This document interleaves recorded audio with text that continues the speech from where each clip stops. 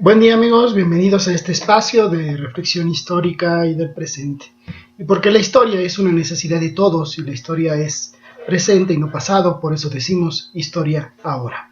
Y es ahora cuando nos encontramos con otro aniversario de lo que pues difícilmente se celebró el año pasado, que fue la Convención de Aguascalientes. Sin duda fue el centenario de la Convención de Aguascalientes, reunida entre octubre y noviembre de 1914. Esta convención tan importante, pero que no fue del todo definitiva para los acontecimientos de la Revolución. Recordemos que la Convención de Aguascalientes se reunió a propuesta no solamente de algunos villistas, sino especialmente de los ya carrancistas diferenciados. De aquellos carrancistas que sin deslindarse de la jefatura política de Venustiano Carranza, sí tenían la necesidad, sí pensaban en la necesidad de incluir a las voces, ya las propuestas de los otros grupos revolucionarios. Es en la reunión revolucionaria de la Ciudad de México, en donde varios de esos carrancistas le harán ver al entonces primer jefe del ejército constitucionalista que era necesario visitar o convocar a una convención mucho más amplia. Y se da pues el paso a la Convención de Aguascalientes, que inició sus trabajos el 10 de octubre de 1914. Este fin de semana se estará entonces cumpliendo 101 años de este evento. Decía yo, el año pasado hubo algunos eventos conmemorativos, realmente pocos y realmente poco difundidos y visitados. Y es lamentable porque es uno de los momentos más importantes de nuestra historia moderna. Y no solamente del proceso revolucionario, sino de todo el siglo XX. ¿Por qué? Porque ahí, en principio, se van a reunir todos los grupos revolucionarios que fueron capaces de derrotar a el régimen porfirista restablecido con la dictadura de Victoriano Huerta. Victoriano Huerta, que había derrocado por un golpe de Estado al gobierno constitucional de Francisco I. Madero. Esta convención de Aguascalientes, que fue al final del día la reunión de aquellos grupos que sostuvieron la revolución después de la caída de Madero y que van a hacer posible, pues sí, la derrota de Huerta, pero también la vigencia de la lucha por los derechos populares a nivel de casi todo el territorio nacional. Esta convención entonces es importante porque los revolucionarios buscaron confirmar su convicción de unidad, su convicción de construir un proyecto de nación en momentos tan convulsionados, tan violentos como los que todavía eran los de finales de 1914.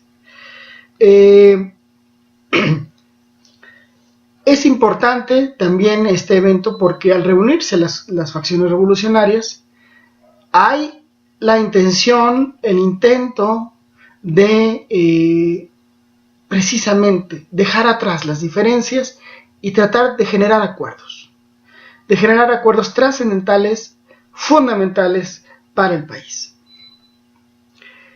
Quizás el acuerdo más importante de este momento es la adopción del Plan de Ayala zapatista como un programa de toda la convención y de todo el movimiento revolucionario.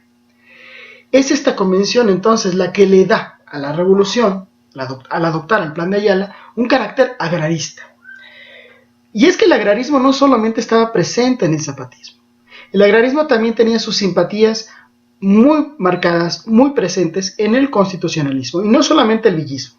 El villismo sí simpatizaba con el agrarismo zapatista, pero también en la parte carrancista había agraristas fundamentales como Francisco J. Mújica, como Juan Saravia, como Luis Cabrera, como el propio Antonio de Villarreal, que es finalmente el gestor en su momento de los tratados de Teoloyucan, de que la Convención de la Ciudad de México pasa a la Convención de Aguascalientes y va a encabezar, de hecho, va a ser el presidente de la mesa directiva de la Convención de Aguascalientes.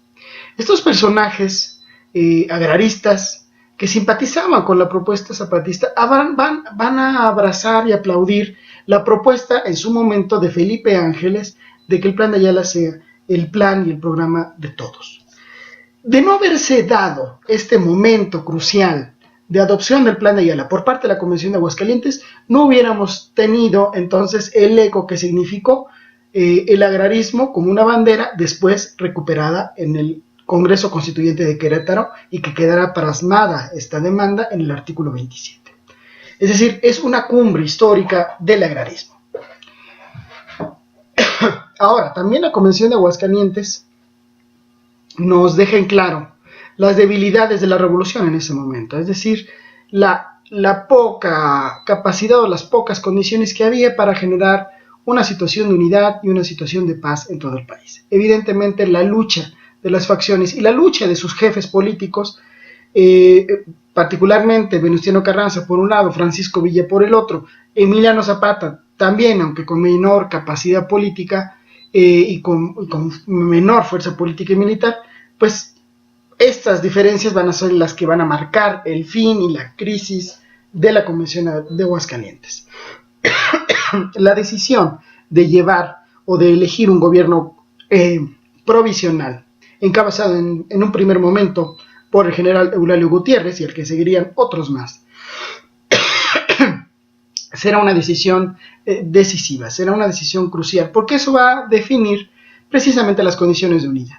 Una unidad que no va a aceptar Venustiano Carranza, sabemos que instala su gobierno en el puerto de Veracruz, y con ello, con un gobierno en Veracruz, con otro en la Ciudad de México, el otro de Carranza, uno de Carranza, el otro de la Convención de Aguascalientes, pues se desata la guerra civil, la guerra de 1915, que lucha fundamentalmente Villa y Obregón por la Convención y por el carrancismo respectivamente. Sin embargo, la Convención de Aguascalientes, pese a que no logra evitar la confrontación, pese a que no logra consolidar la unidad y la paz para el país después de la lucha armada, aún así es una enseñanza de que al final los revolucionarios tienen un papel, tienen una necesidad fundamental de llegar a acuerdos.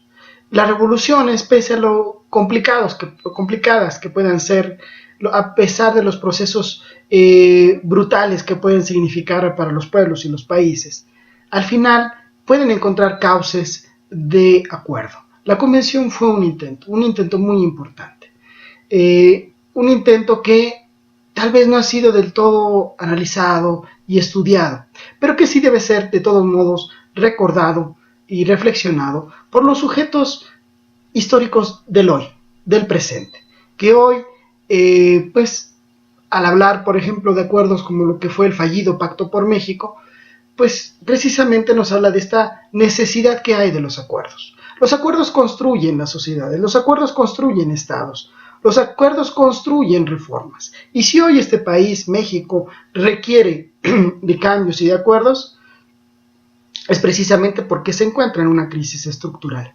Pero es en las crisis estructurales en donde se tiene que construir esa base para los acuerdos. Ahora, claro, cuando no construimos acuerdos para las reformas, lo que se viene son los procesos revolucionarios. En eso la historia no nos va a engañar.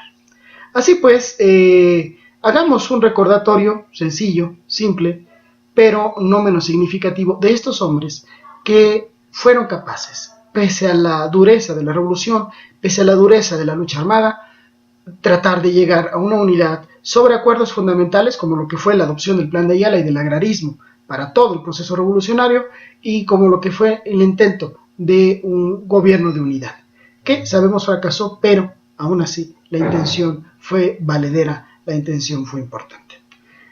Amigos, entonces, porque la historia es una necesidad de todos y la historia es presente y no pasado, decimos historia ahora.